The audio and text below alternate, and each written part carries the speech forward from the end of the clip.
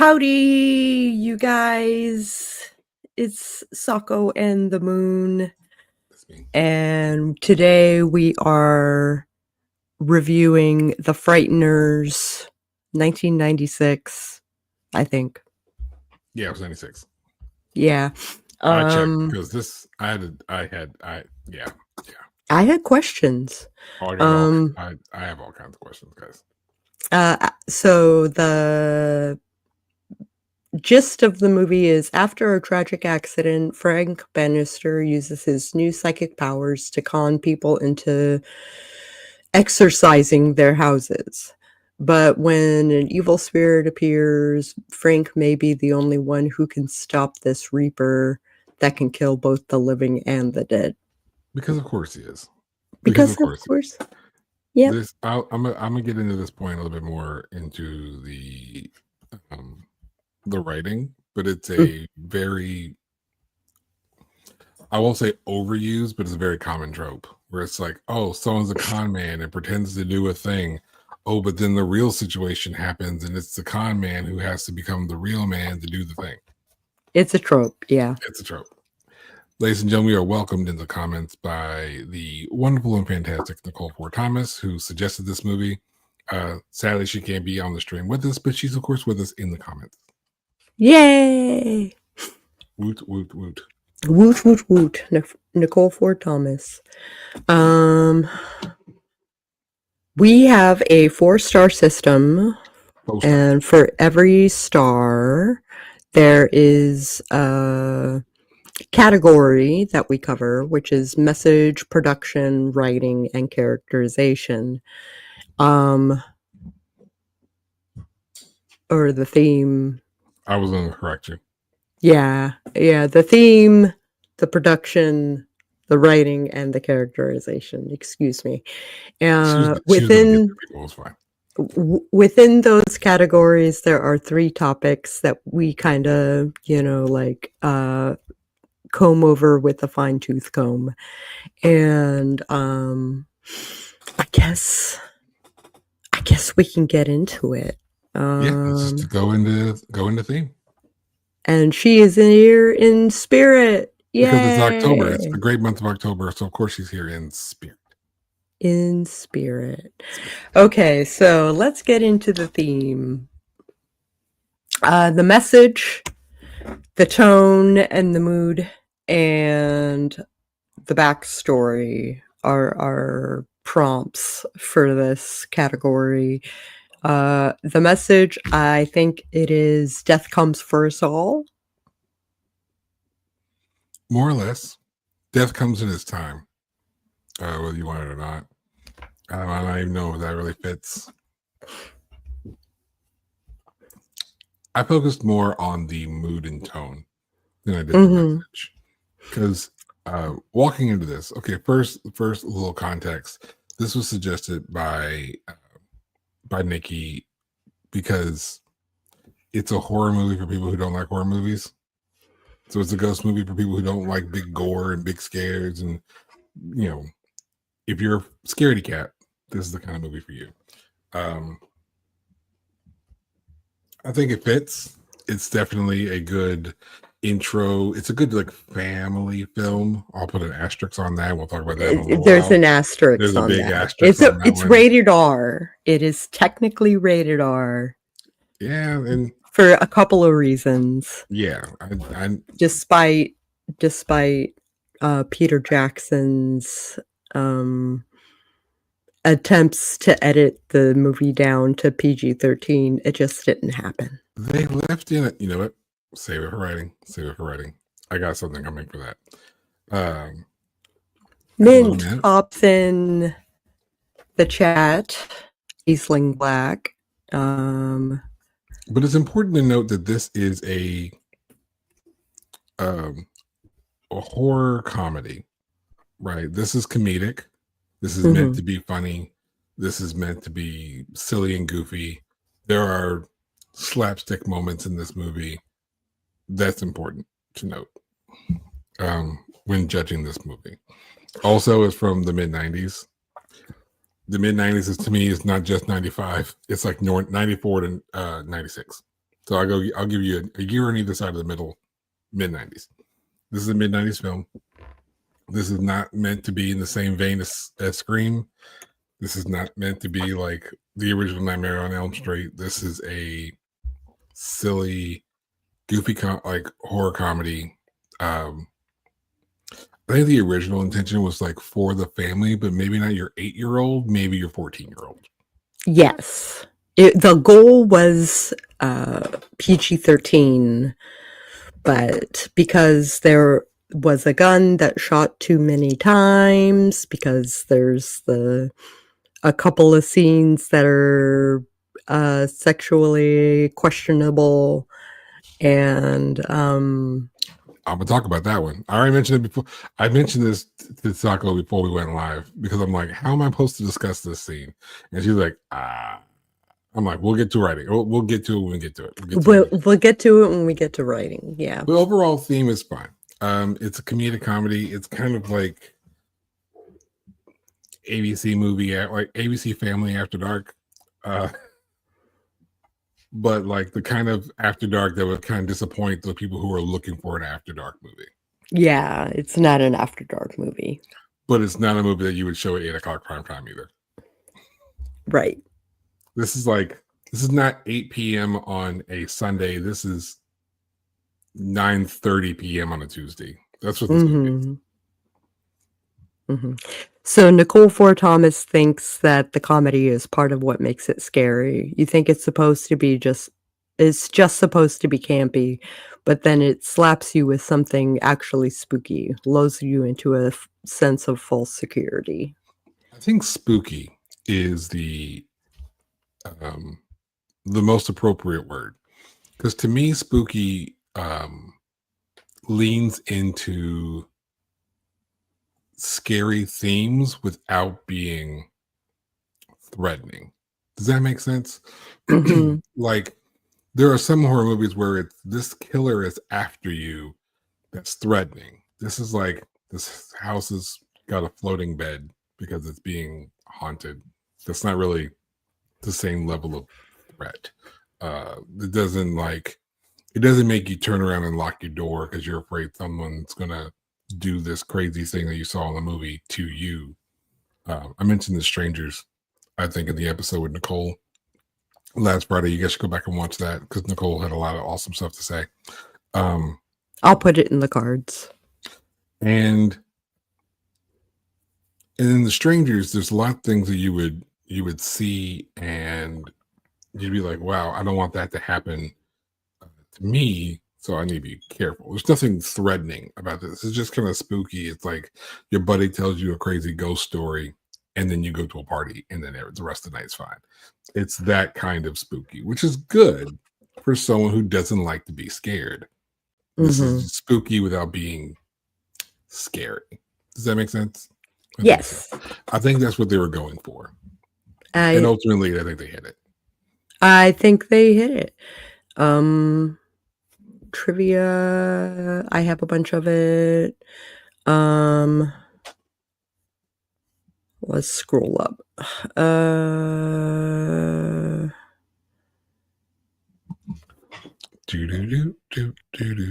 Yep, the film was originally made to be PG-13. However, the MPAA thought the film was too intense for the rating and gave it an R. No matter how much Peter Jackson would edit the movie to try to get it the desired rating, the ratings board would keep it R, including citing some reasons like Adora was shot by a gun too many times. Jackson being angry that he had to tone himself down for nothing, changed a death scene in the movie to be more graphic in order to make the rating feel more deserving. That's the crazy thing about the MPAA. The Mothers Protecting American Adolescents. It's not what it actually stands for, but it might as well be. It's basically just mothers protecting American adolescents. That's the MPAA, in my opinion. Come after me. I don't care. Maybe I shouldn't fight the MPAA. Fuck it. Yeah, that's the thing about like a rated R movie. If you go to see a rated R movie, you kind of want a little more out of it. Yeah. I didn't feel like this was a rated R movie. Nope. You could tell there was some stuff near the end that was the tone shifts near the end. Like you could kind of Mhm. tell that maybe they tried to change some things up, but um, doesn't feel like a rated R movie. It feels like a PG-13 that's like pushing the boundary, which I guess is what it really truly is. Um, Let's see I wish there that was like a grade between PG-13. Honestly, I think anything that qualifies as horror, NC-17, I mean, that's that's the next level up. That's a whole different level of things. oh, yeah, that's true. But I wish there was kind of like a rating between PG-13 and rated R, or that horror movies had their own grading system. I feel like it's weird, and this is a slight tangent, and I swear it won't be long. I feel like there is. I know you laugh because I laugh too in my head. Um, I feel like you can't judge a movie like The Strangers or Scream or Friday the 13th the same way you judge The Nutty Professor or Aladdin or these movies they're not the same, and you really can't use the same rating system because PG-13 with like the Ninja Turtles is not the same PG-13 in a horror movie. These are not quite the same thing. I just feel like there needs to be like a different grading scale with horror movies. That's the whole rant. That's the whole rant. I promise. Okay. Sako just like I'm just gonna grab my phone. I'm just gonna tune this guy out. Not grabbing my phone, Yeah. just writing some notes. Tuning me out. I felt the tone was very like Haunted Mansion by Disney, especially in the first half of the movie. Yeah. If you told me this was a Disney film, I'd believe you. Yeah.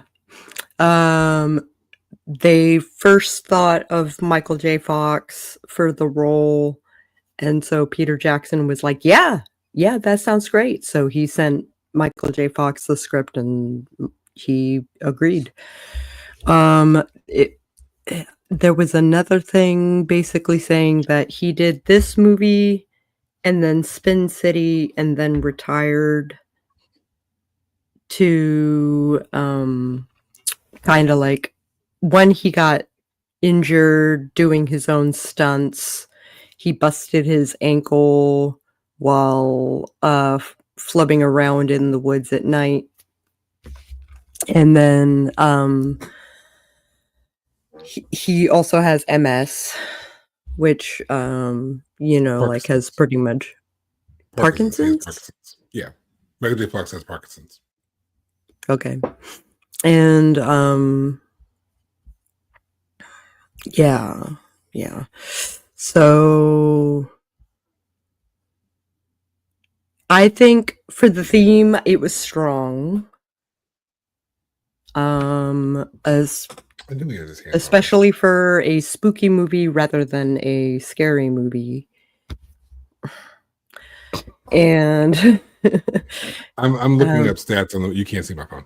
I'm looking up like the credits on the movie because I could have sworn Robert Zemeckis had his hands in this movie somewhere. Yeah, I'm pretty sure he did. Danny Elfman did the soundtrack without knowing what was in the movie. It sounds like Elfman.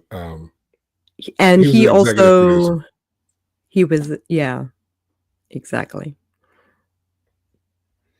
And I mentioned that for a reason. Go ahead and finish your point, and then I'll tell you why I was looking for Zemeckis. No, please, after you. I'm always reminded because I have a Back to the Future poster sitting right here because I'm a huge fan of Back to the Future, one of the greatest movies of all time.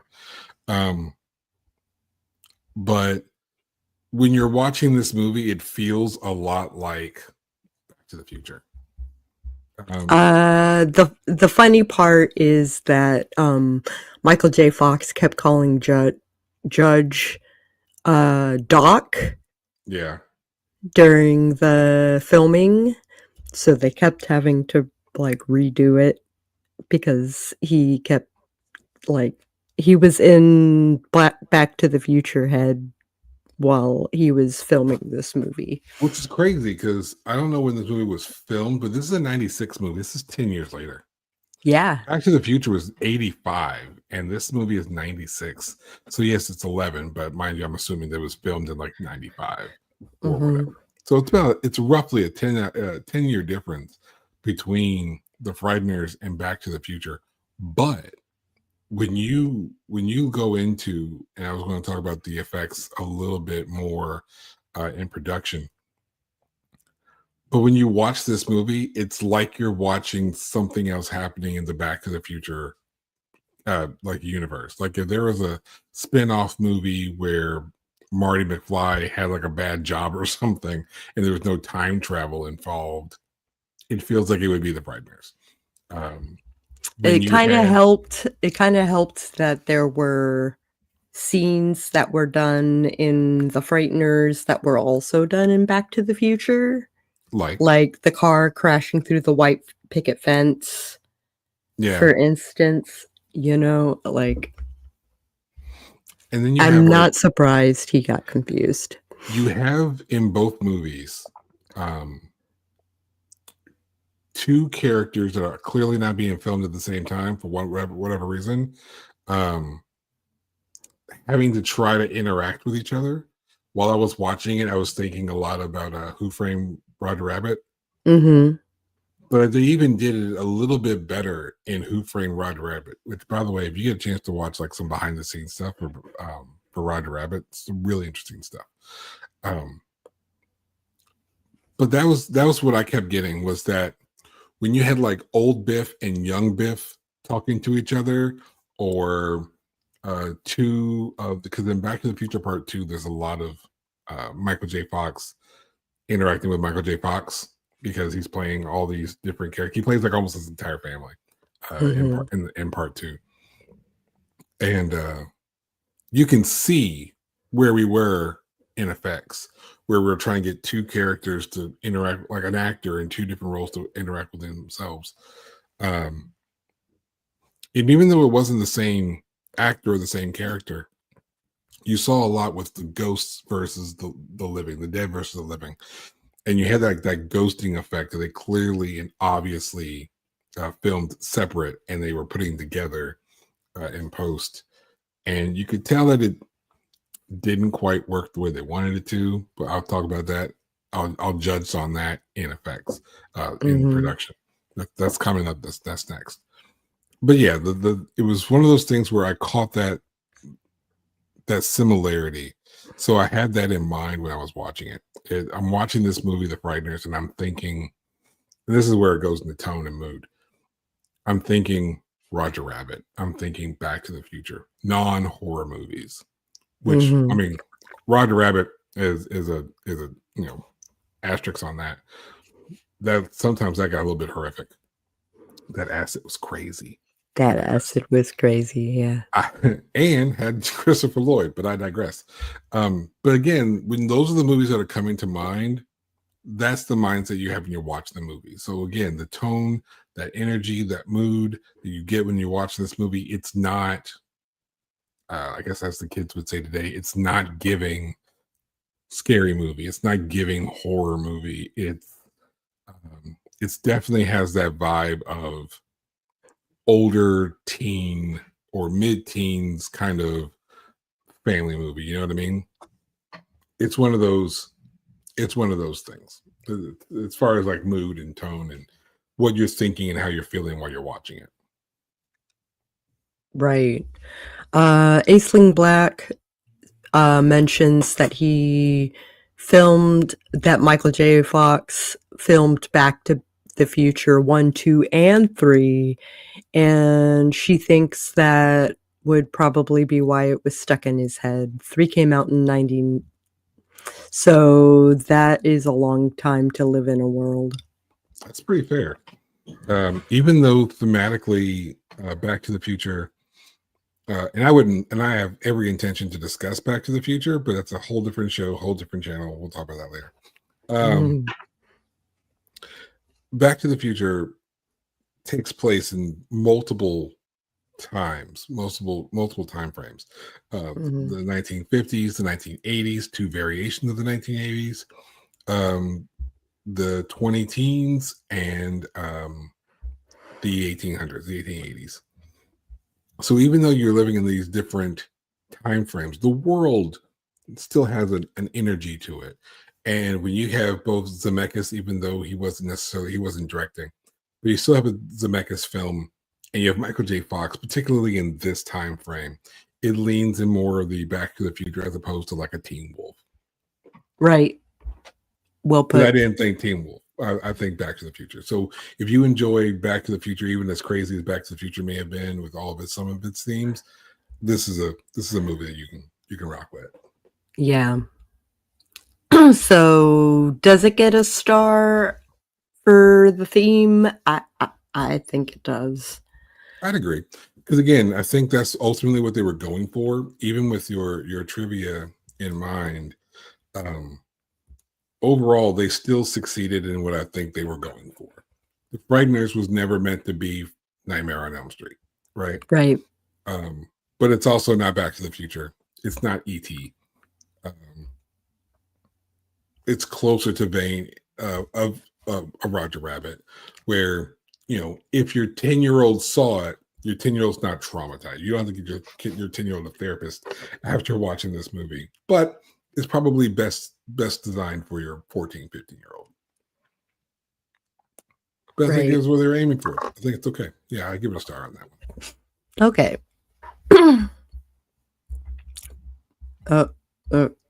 Production. We talk about the art direction, the makeup and the props, or graphics, as the case may be, and the cinematography.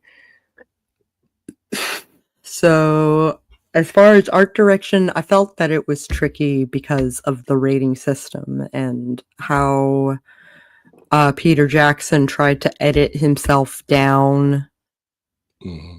and basically failed. So he was like, "Fine, screw it.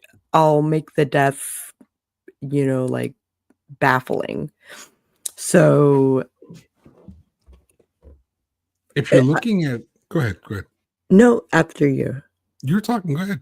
We will fight for this. I will give you this microphone. Speak. Go ahead. No, really, like the head exploding scene of Dammer Mm-hmm. was basically his attempt to be like, you know what? You want an R-rated movie? Here's an R-rated movie. And that was still a weird kill because not only did the gunshot blow his head off, but it blew his head off to his ghost head. So the head really didn't go away; it just became a ghost head. Mm-hmm. So it was like extreme but tapered. It was still But kind of like settled, pulled back. Yeah, pulled back. Yeah. because it didn't like sit on a few seconds of like gore, or we didn't do like a cut scene to blood splattering on a wall. I was showing my son a scene from one of my favorite scenes from Urban Legend. It was the opening kill. And my oldest son does not like horror movies, so it's like, "Dad, is this scary?" I'm like, I just watch it. It's fine. And it's not a great dad. And what you don't see. So the kill is the person in the backseat, axe cuts off the person's head. And what you don't see is the actual cutting of the head. You see the axe swinging to make contact, or the cut scene, and then it's the axe going out the window with blood, right? So that's how you kind of show it without showing it. This was showing it without showing it because it didn't even do a cut scene to blood. It just cut from where his live head was to the effects of the ghost head. So I think it was even tamer than that kill in Urban Legend. Because again, Yeah. it doesn't give the aura of a horror movie. It still seems family friendly. It's more like the head gets replaced as opposed to The head getting blown off. Yeah. imagine like when the head gets when the alien gets shot in the head in Men in Black. Right. Where his head splatters and then it just And then grows back. Like, do Yeah. you know how much that stings when the head just grows back? Mhm. It's like, okay, this is where we're at now. Okay, cool. But all that to say, like the effects that are used to either like show off the kills or to tame the effects of things, I think we're done well enough, all things considered. My biggest flaw is the lack of alignment in the interacting between The uh, ghosts and the living and the dead, Bannister. the Yeah. ghosts and the dead. Because when they're interacting with each other, and they're off, right? Um, and of course, like that's not exactly the world's easiest thing to do. It's not perfect today. Um, Mhm. I will say in Sinners, where you have Michael B. Jordan playing two different like versions of it, it's the twins. He's playing twins. Even then, it's a little, it's better, but it's just minimized interaction. But it's a little bit better now, but not by a whole lot. Not by a Mhm. whole. You can still see where there's a cut even in 2025. So this is just a really difficult effect to do. And in 90, if I'm saying that it's still hard to hide in 2025 in a movie with a budget like Sinners, great movie, by the way. Now that I've actually seen it, great movie. Um, imagine what it was like in 1985 to do Back to the Future. Imagine what it was like in 96 to do The Frighteners. But it's really Yeah. my only complaint. The I construction of the thought the set. I thought the graphics were excellent for the time. Given the time, and that's one of the reasons why it's important to note that this movie was made in 96. This is you cannot, just because graphics and effects have gotten better today, you cannot look at a movie in 95 or 1990 or 1988 and judge it by the same standard. um, but if you look at other parts of art direction, you look at like the museum scene. I'm bringing that up because I want to talk about it here in the next segment. The museum scene where they got the art on the sarcophagi and then like the picket fence, and then you look at the effects of like they were trying to do the haunting of the house and making things move. Uh, I liked it. I enjoyed it for what the movie was. Yeah, I think it's important. Thought it was Remember, kind of fun. Yeah. yeah, remembering the tone of the movie is important. Making sure that, so when you're making your movie, when you're doing your project, make sure you set the tone very early, because that is the energy that the person who's watching it is going to use throughout the production to judge whether or not they like it. Because if you were to tell me this is a super scary movie and they did all that campy stuff, I'd laugh at you. But you set the tone as a horror comedy, something really silly and goofy, it's all good. It makes sense. It fits.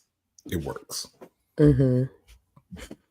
Um, the cinematography, I mean, it was mostly computer graphics and Hollywood sort of cinematography, so It was standard Hollywood. it was standard Hollywood. Yeah. And again, for the record, standard Hollywood is not an insult. It's not an insult. Standard Hollywood is like your bare minimum for good, right? Mhm. Not bare minimum for making a movie. It's bare minimum for what's counted as good, right? If you do that bare minimum, standard Hollywood, you're good. That is what you're paying the average cinematographer, the average director of photography. That's what you're paying them for, Hollywood standard. And this movie gives you Hollywood standard, Mhm. especially mid 90s Hollywood standard. No complaint. I mean, it's nothing stands out. There wasn't like super crazy shots that were taken, nothing really adventurous, but also nothing that detracts away from the story being told. So, Right. like again, Hollywood standard, Production perfectly good. production, I would say, yeah, give it a star, There's no but reason not to. There was nothing so egregious that it would warrant taking a star away or not giving it one. Like I said, yeah. the only real hiccup is how poorly the alignment is between the ghost characters, the living and the dead. Yeah, They but they're poorly aligned to the point where it's not even like this person they is not looking at that person, like they're off. It's not even that. Sometimes it's like this person is looking here and that person's looking there. And it is off. And sometimes this character who is clearly taller is like down here for some reason. It's like lower. Like there's a lot of inconsistencies with the effect. Outside of that, it's my only complaint. But that's a tough graphic to do. That's a tough. It's tough to do. If I was to try to recreate that today, I'd have a hard time. Yeah. And like I said, even in movies that are being done today that are above Hollywood standard and have huge budgets, major productions, they still don't necessarily get it right. They use, I don't want to call them cheap tricks, but like standard tricks where it's like someone who has like the body double of the back of the head of the back of the person, and they, you do like, this is the actor and then this is the back of the head, I guess, like that. There you go. Yeah. Like that. Right there. Like this. So this is the actor and this is the back of the stunt double's head, and then it switches and it's just perspective, but it's just the same thing over and over again. It's just from different angles. Yeah. Like it's cheap trick, but it's not. It's just how else can you do this? Talking to yourself kind of thing. Right. I mean, how else are you gonna do it? Like, yeah, we can't split ourselves yet. It's just what you do. So yeah, no problem, no complaint. Okay, so star for production. Now for the writing. Okay. That scene was written. I know. So this is where I give like a brief rundown of the whole movie. So this is really, really short because honestly, it's pretty simple. Frank Bannister is a psychic investigator. He's a con man. And at first you think he's just making all this stuff up. There's no real ghost. He's just coming and making it up. Turns out he actually does see ghosts. He has guys that work for him, ghost people that work for him. They create the scares. They haunt the place. And he cleanses the house and gets paid for it. That's his con. It just involves real ghosts. So it's kind of a con, but not a con. Yeah. He sees ghosts because of an accident that he was in, a near-death experience, which allows him to see on the other side. In this accident, he lost his wife. And all of these little things that become important to the story later, but you'll watch the movie, you'll catch all the, it's too many small pieces. There's a lot of small pieces you have to put together, but that's the gist. Simultaneously, we start off by talking about this serial killer from like, I guess 20 something years ago, who killed 12 people. Numbers are important, learn to count. Kills 12 people. And then there's like these 28 other killings that are kind of being put on Frank, but they can't really prove it until we start getting to the last few where he coincidentally happens to be around the other people as they're dying. The cause of the death is death. It's this evil spirit dressed like the Grim Reaper, and death is going after everybody. It's a thing. There's a love interest. It's somebody. It's kind of tasteless, but it's kind of whatever. It's like someone. This is wild. Okay, so I'm done with the synopsis of the story. It carries on like standard. But this part is really wild. This love interest story is wild. So mind you, he crashes into a guy's fence. He then sends his people to haunt their house. He haunts the house, cleanses their house, and for the to replace the $450 of his fee, he's like, "Hey, let's just forget about the fence and let's call it neutral. It's fine. It's good." So he meets the wife. Somehow later on, the husband dies as part of the thing with death. The husband dies, and the next thing you know, the wife is like all sweet on him. It's like, you aren't even grieving yet. Like literally at the funeral, she runs to him, and it's just like, hey, we need to talk.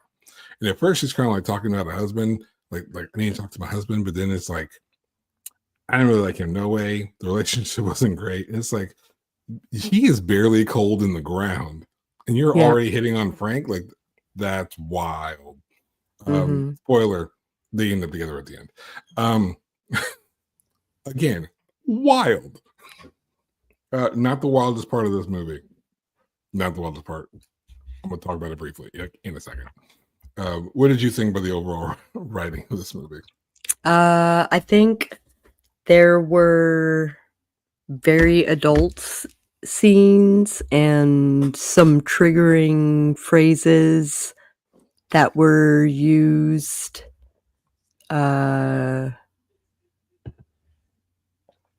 Like the sarcophagus scene. Okay, this is the part I want to talk about.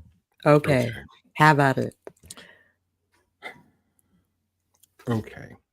One thing that Frank eventually starts to notice is he can see on the other side that people are being marked. When he first meets, not first, but when he meets Ray, that's the love interest's husband. Her name is Lucy, by the way. So Lucy and Ray, her husband, when he's cleaning the house, he looks over at Ray and sees the number 37 on his forehead. It's like, why is that there? He would later see the number 38 on somebody, and he was realizing that death is counting people off. Like, he's numbering people, and that's the next target person. When he gets to, I guess, number 40, I think it was the woman at the newspaper who had just recently wrote a bad article about Frank, Right. exposing him as a con man. Getting it right that he's a con man, but explaining the con very wrongly, or incorrectly. They're at a museum because now Frank is on a mission to attack death and find death and stop death from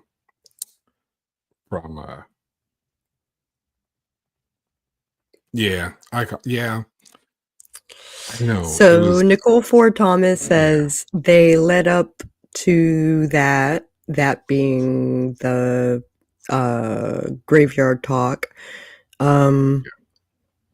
by explaining they weren't really in a great marriage to begin with, so him dying was more of a relief for her than a real trauma. Yeah, like just get a divorce, people. And you do see that early on in when they're at the restaurant and Frank's pulling a ghost and talking for Ray, when Ray's like, yeah, get the red. We always get the red. And she's like, I like to order white. We always get red. I can't stand red. And it's just like, ooh, that was well written to convey the point. But back to the scene I'm describing.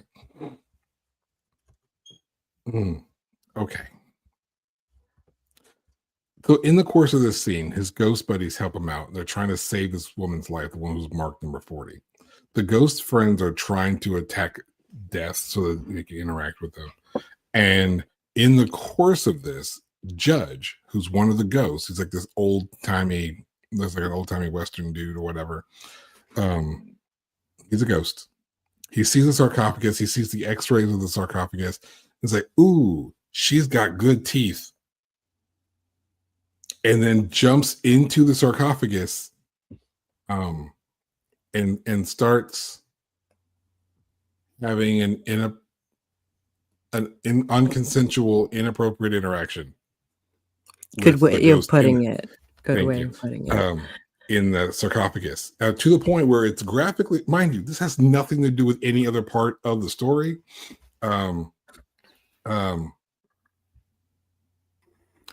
That is, he was death though. That's what he was kind of. That was before it was revealed. As Johnny Bad Guy, yeah. Bartlett was the name, Johnny Bartlett. Yeah.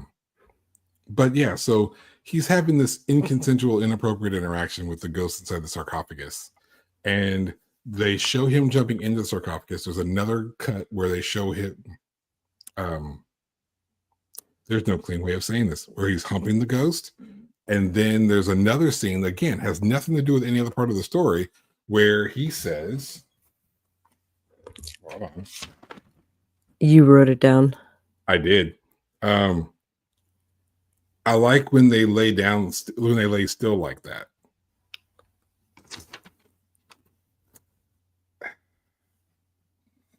Which is a little triggering for some of us. It should be, because that is, I had to pause for like a moment. I'm like, wow, like this, they just, and here's the part, like if it was somehow part of the story, I would understand.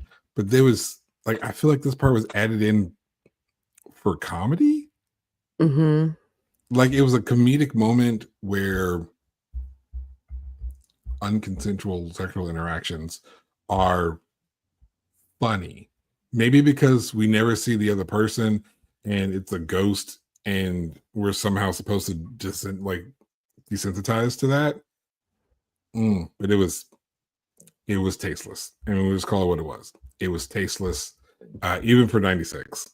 I mean, I know we pushed a lot of envelopes in the 90s, particularly the late 90s. That was tricky. That was tricky. I think they intended it to be funny, Which is kind of worse. which was like humor was different back in the day for sure. It was, but Especially coming from a man, you know, like they thought it was funny, and some of us don't find it as funny. yeah, and it's not a reflection of the entire. Necrophiliac doesn't make it any better. Yeah, I mean, I see what you're saying. Still, it feels. I wish I had like a kid dictionary. What the kids have words for everything nowadays. It's Yeah. gross. That's just gross. Again, now this is 96 humor, which is a whole different vibe. Mm-hmm. But it was again, it was weird. It just felt weird. Very tame compared to what was culturally acceptable back then. Yeah, right. I'm this is kind of what I'm saying now. I'm saying this is 90s humor. Like I understand what you're saying. We are looking at this 1996 moment of comedy with 2025 eyes. You know what I'm saying? And I try to not do that in as much as I can. But it also is one of those things where, in my age at this time, because you're not that much older than me, Nicole. Calm down, young lady. Like, was it tasteless either way? Yeah, it doesn't help or move the story at all. No. Even then, it was just kind of weird, Mm-hmm. and I felt like it was just odd. It was odd. Like it's not something you would do in a movie in 2025 for sure. But again, this wasn't 95 or 2025. This was 96.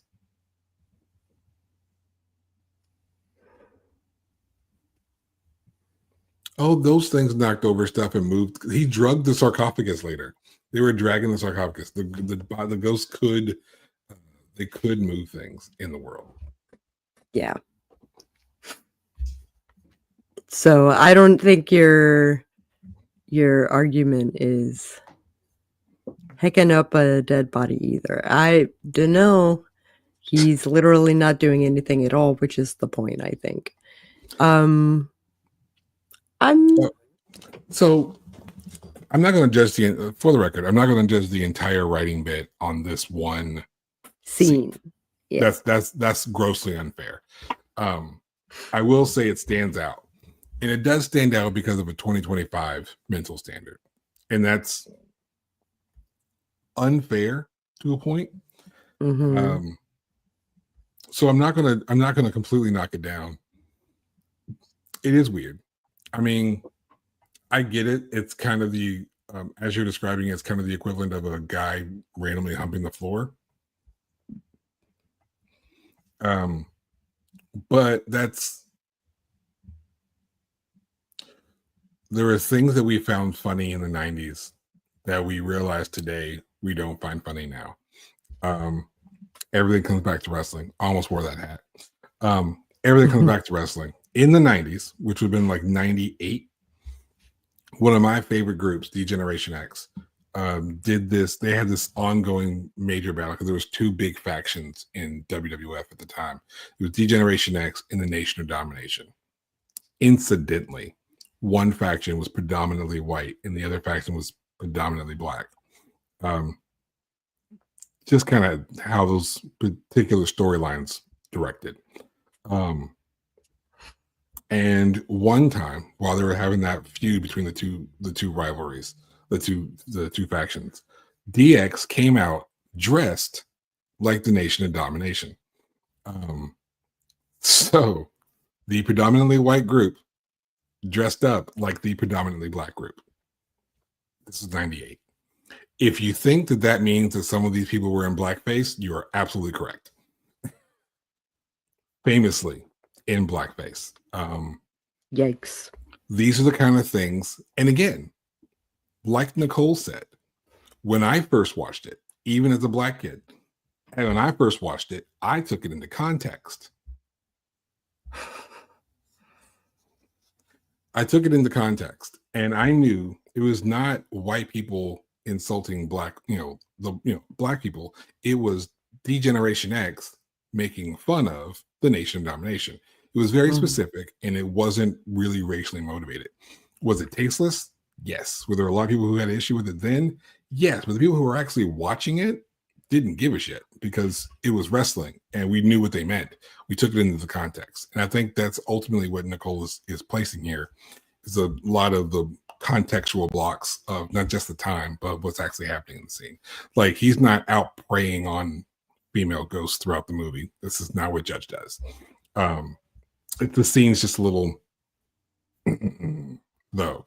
And again, a lot of people are going back to watching old segments in wrestling, and they're looking at it with 2025 eyes, and you really can't, because the 90s was kind of like the Wild West of entertainment. Like, everything goes in the 90s. 90s stand-up comedy, 90s horror, wrestling in the night. Everything was kind of like, fuck it, let's just go. If it gets a reaction, that's good, because people are going to be talking about it. If people hate it, the news reports are going to talk about it, and everyone's going to watch the product and see what we do next. This was the era of this was the Attitude Era in wrestling. This was the golden age of Howard Stern. Like, this is what we did in this time frame, which is why a lot of people are looking back and making judgments, kind of like it sounds like we are, because we kind of are. But if you're looking at it from a 96 type of vantage point, when this is being filmed, when this is being initially shown, people are not going to have the same reaction as we're having now, unless you're just personally tied to a circumstance. Like, it might be specifically triggering to one person, or like not one person, but like a section of people, but not like society at large. Right. No one in 96 would be trying to cancel the Frighteners in 96. Right. Cancel wasn't really a we didn't do that. Yeah. Didn't work. So outside of that scene, how'd you feel about the writing? Pacing was hero's journey. Mostly here. Due to Hollywood scripting in that time period. Pretty standard. Pretty standard. So if you're familiar with the hero's journey writing template, then you understand the format in which the movie progressed. Yeah. Hollywood standard. Hollywood standard. So as far as the writing was concerned, the dialogue was kind of crafty, lots of deception and grifting. But you were right, like the interaction between the living and the dead was kind of jilted. Yeah, they actually did better in Back to the Future than they did in the Frighteners, which is kind of odd, but it's just like, okay, different team. Yeah, it's gonna come out differently. It's just how that works. One production company's not gonna do it the same way the other production. It's gonna be off. Yeah, like I said, that stuff is still off. There's a scene in Sinners where Michael B. Jordan is handing a cigarette back and forth to Michael B. Jordan, and it's not a perfect cut, even with the advancements of technology in 2025. It's still not a perfect cut. Like it's just a tough thing to do. You just can't. You just Yeah. can't. So I don't hold that against them at all. Some of the writing, as you're watching it and you're starting to see the story unfold, I think they took the right amount of time to unfold and tell the story. To reveal that, one, he's a con man, that was kind of obvious. But then to flip the script and show like he really can see ghosts, but he is still a con man. I think that was a good twist in the beginning, to set up things in the story. Little lines like, "Hey, who put the number on his forehead?" And then it's just like, that wasn't funny. And when you realize, like, okay, that's because the number was carved into his wife's forehead when he had the crash, was unconscious for a little while, and then she was later found. Someone had taken his knife and made the cuts. There's a lot of switch and diversion between what characters are responsible as you're trying to figure out this kind of whodunit style backstory, like behind the scene backstory. Because there's your initial story, which is not a whodunit, really. It's a hero's journey. It's, can Frank defeat death? But then there is this backstory of like all these deaths are being blamed on Frank, including the death of his wife. How do we solve that murder, which is kind of being untold in fragments throughout the course of the movie? I think interlocking all those stories together in a way that still made sense, where you didn't get lost in either thread, was done well. So I would say, I mean, it's intelligent. It's kind of like par for the course. It is when it comes to script writing. But I will still say that Hollywood standard is the bare minimum of good. And I feel like that's a very important thing to note, that as we call things Hollywood standard, whether it's the cinematography or the script writing, Hollywood standard is the baseline of what is considered good. And if that is the case, then I say give it a star. I'd agree. It is overall, the Frighteners, and I'll say this, overall, the Frighteners, as it was designed, as it was presented to us, right? It was designed to be a gateway movie into horror / the kind of horror that a scaredy cat could watch, right? That was our topic. And if that's going to be the case, if that's the frame upon which you watch it, yeah, Hollywood standard's the way to go, because you're not trying to do too much. You're not doing this for the horror faithful. You're doing this for the average person watching a movie. And the average person watching a movie is going to be expecting nothing less than Hollywood standard. Maybe not a whole lot more, but nothing less than Hollywood standard. So I think that's fair for what they're going for. Okay. So star for writing. Yeah. Even though we beat him up on that one scene. We beat him up on that one scene. It was still crass. It was still crass. Even for 96. Scaredy cats unite. Characterization. We've got casting, consistency and evolution, and POV. So the casting again was Hollywood, but I thought each character was well cast. Yeah, this is a 90s. I don't have a cast list in front of me anymore, but this was a 90s who's who of these type of characters. The guy who played Bartlett, and I don't have names. I almost wrote them down. I should have. The guy who played Bartlett is a villain of the 90s. You see him as a villain in a lot of movies from the 90s. Michael J. Fox is still a hot character. Mind you have Back to the Futures 1, 2, and 3. You've got Teen Wolf. Mm-hmm. I mean, Michael J. Fox is still Michael J. Fox. Even today, Michael J. Fox is still Michael J. Fox. And you put Michael J. Fox starring in your movie, there's a certain standard you're going to get.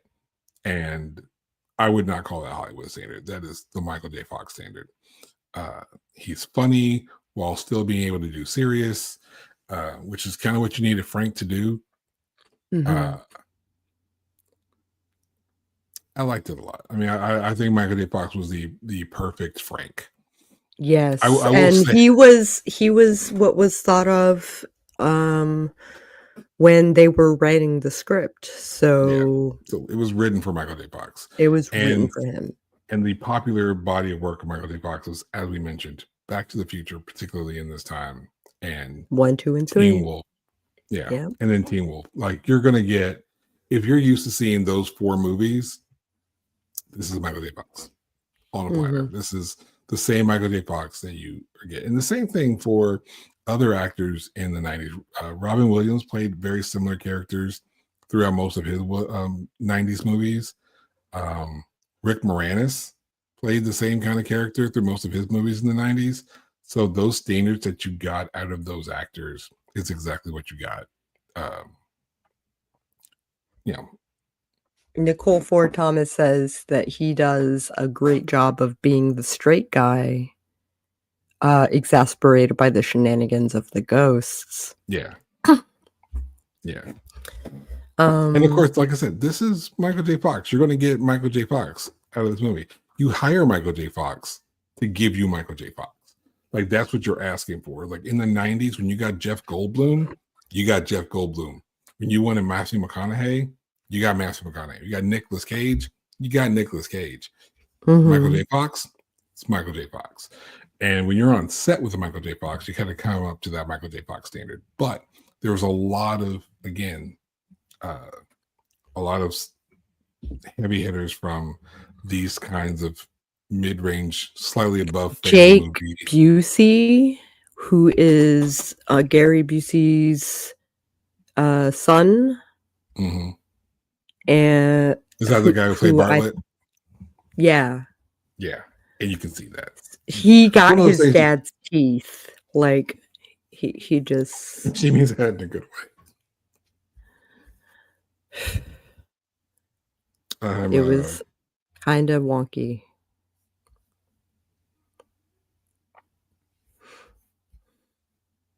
You can see Busey in his dumbs. You really? Yeah, and like I guess the way he does his dumb face. Yeah. Yeah. Oh, gums. Okay. Well, no, there's a lot of facial expressions that you can see that they have that match. I'm going through the cast list now of the ones that stand out to me. I thought the chick was super hot. So she was well cast as the love interest. The Trini Alvarado that played Lucy. Mm-hmm. Lucy Linsky. She was named after Heavenly Creatures star Melanie Linsky, who did a cameo in the movie. She was one of the deputies, and I think she was the wife in Don't Look Up. So nice. Okay. So yeah. Ray was Peter Dobson. I forgot what he was also in, but he stood out to me. He looked familiar. Mm-hmm.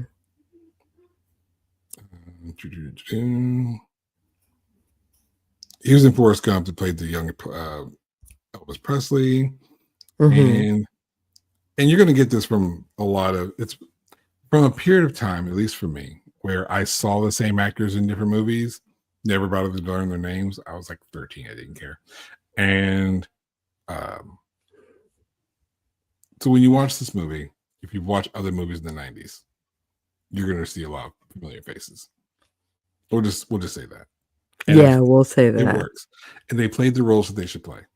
Mm-hmm. If you had Busey playing any other character in this movie, it would make sense. Nope. He plays crazy very well. Yes.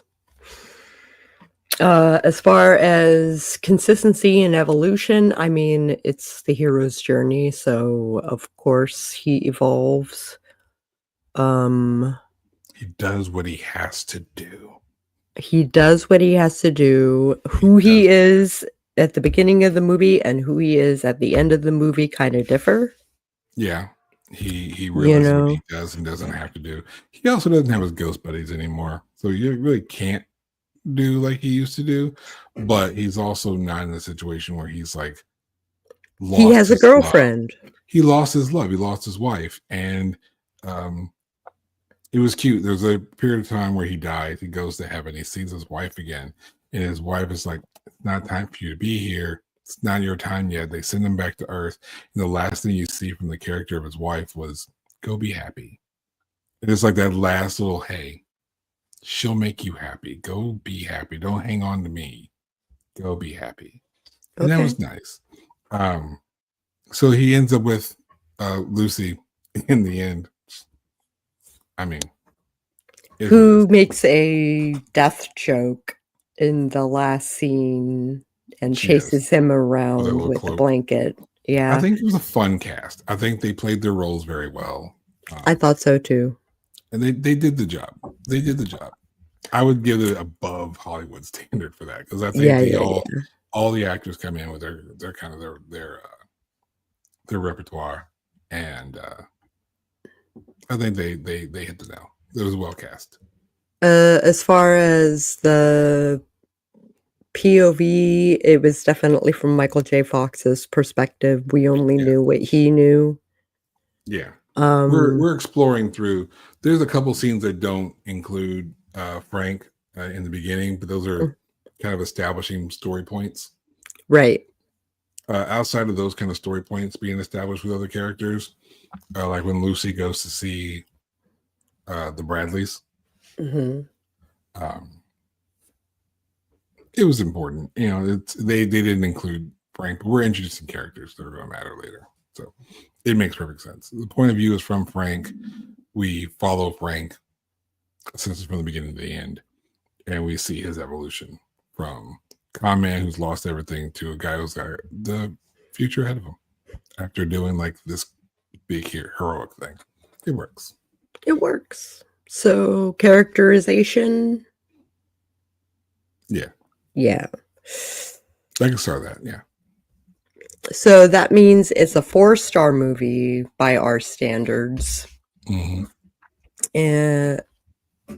But warning, there are some things that make it unacceptable by the MPAA, and the latter half of the movie gets spookier rather than not.